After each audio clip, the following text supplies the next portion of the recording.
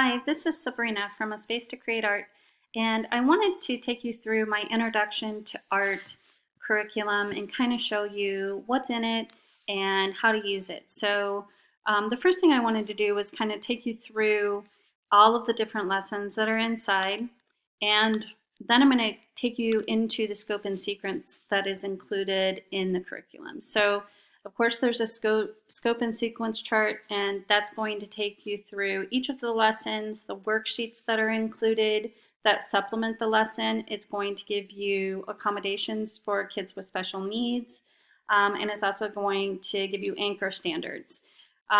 There's also how to open a PowerPoint or a Word document on the Google Drive, just in case you don't know how to do that, because a lot of this is either a PowerPoint presentation or a Word document. There is a virtual art museum tour of the Art Institute of Chicago.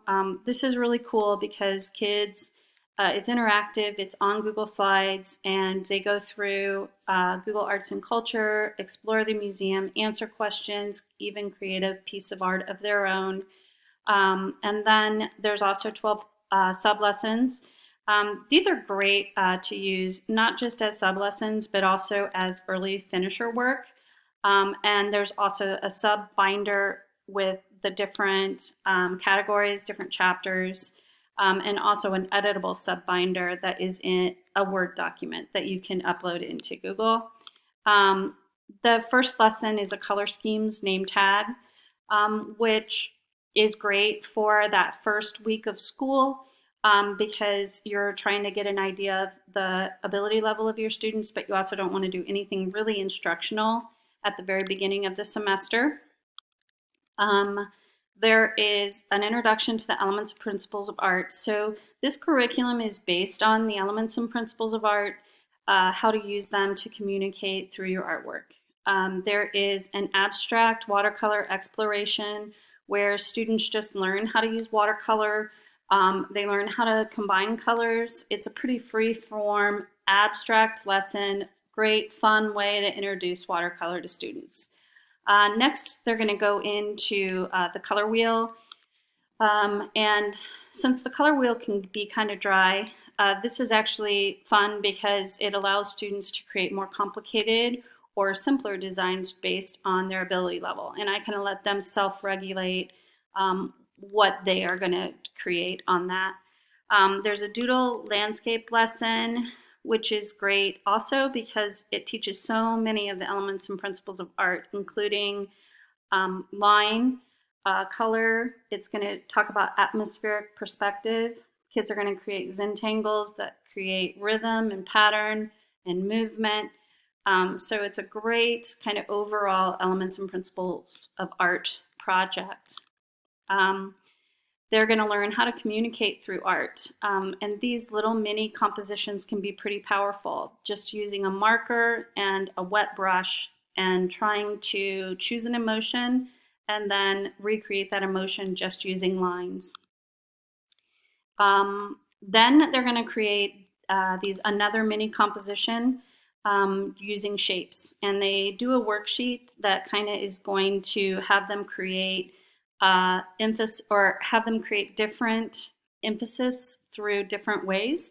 So for example, you can do it through color, you can do it through size, you can do it through placement, or also through movement. And so once they have 4 of those, they're going to draw those and then they're going to recreate it using cut paper. And those actually turn out really cool. And then finally, this is a little bit more rigorous. This is into observational drawing. There's videos included, demonstration videos. There's worksheets that support the lesson. And then from there, you go into self-portraits. And when you go into the self-portraits, they're going to learn about grid drawing. They're going to learn about facial proportions. This is just an example of one of my students' work. This was the before self-portrait, and this is after. Pretty amazing transformation for a beginning art student. And then you're going to talk a little bit about perspective, linear perspective. Kids are going to create their own fantasy tree house. And this is 15 pages of basically worksheet instruction on how to teach perspective. You're going to talk about Kandinsky, and he's the father of abstract art. So you have to talk a little bit about abstract art, and you need to cover a little bit of art history. And this is a great way to do that. Keeps kids engaged, and they understand and enjoy looking at his art. Introduction to Kandinsky, they're going to learn how to create art from music. So listening to music, they'll create these quick chalk drawings, trying to convey the emotion of the music through color and through their design. And then that leads into, this is kind of a unit, an abstract oil pastel composition. And again, you're going to have all of the worksheets you need, everything to support the lesson, including how to blend with oil pastels, color choices, and then also you're going to have it's not a rubric, it's a reflection on how kids use the elements and principles of art in their design, and have to show you exactly where that is and describe it. And then you come into acrylic painting. I always do an introduction to acrylic paint because kids don't know that it's different than watercolor. And acrylic paint, once it dries, will dry in the brush. It's expensive, so they have to know how much to pour out. It's just classroom management. And then the wire sculptures lesson also has an art history core where they go through the different art movements, and then there's actually a presentation on these cards, and they go through each of the art movements, and then each student either chooses, or you can assign a different art movement, and they have to create a wire sculpture in the style of that art movement. So this is obviously abstract expressionism. And let's see, there's a mixed media tea bag lesson that is just kind of a great way to talk about limits and creativity. And the kids will do some amazing work on that for you. It's pretty awesome. And then there is finally an art exhibition and art portfolio that they're going to create.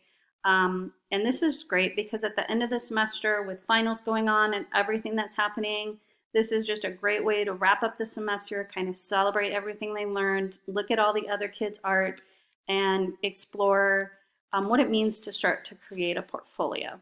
So that is the end of the semester. And I'm going to come over, these are all worksheets that also support the learning that you're doing. All of the elements of art, all of the principles of art, still on principles. And then also you're going to get elements of art design posters, elements and principles of art posters. So when you come back over, I'm going to come back to the beginning so that I can show you the scope and sequence really quick.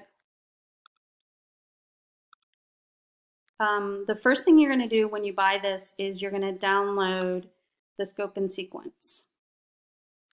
And when you open that up, you're going to see that each of these lessons is listed. This is what I recommend teaching for an 18-week course. Now, you have more than you need in that packet than is in this scope and sequence chart. But these are the lessons that I highly recommend going through if you don't get to anything else. There's an icebreaker and student interest survey, which is awesome for that first day of school to keep kids engaged, and you're going to learn a lot about the kids. It'll set a great classroom culture at the beginning of the year. They're going to go through that color schemes name tag. And in this scope and sequence, what you have included is the big ideas and key concepts, the elements and principles covered. You're going to get your National Visual Arts anchor standards, student activities of what they're going to do in the lesson, what kind of an assessment is included, and you're going to get differentiation for students with special needs. And over here on the left, what you're going to see is, so this is, for example, the doodle landscape. These are all worksheets that will dovetail with that lesson. Can be used with the lesson, before the lesson, after the lesson, as early finisher work, or even as sub-lessons. And here's all the worksheets that also can go with the drawing unit. So all of this is included in that introduction to art. There's also a materials list for the full semester, and it's broken down by lesson. So as a bonus file in here, you're also going to get a syllabus. And so I just kind of wanted to take you through that, show you everything that's inside. I tried to cover every single medium that I could. So I covered watercolor, we did drawing, we did acrylic painting, we did oil pastels, we did a little bit of collage, and some mixed media. So we tried to cover everything. It's great for middle school or high school. I taught at a large Title I school where a lot of students didn't have a ton of art experience. And so when they came into high school, I mostly had ninth graders who had never even been introduced to art at all. So that's where I taught. And so a lot of these lessons can skew towards middle school or high school introduction.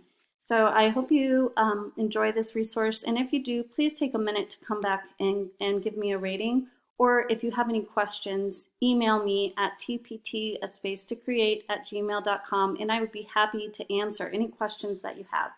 I love hearing from teachers like you. Thanks a lot. This is Sabrina from A Space to Create Art.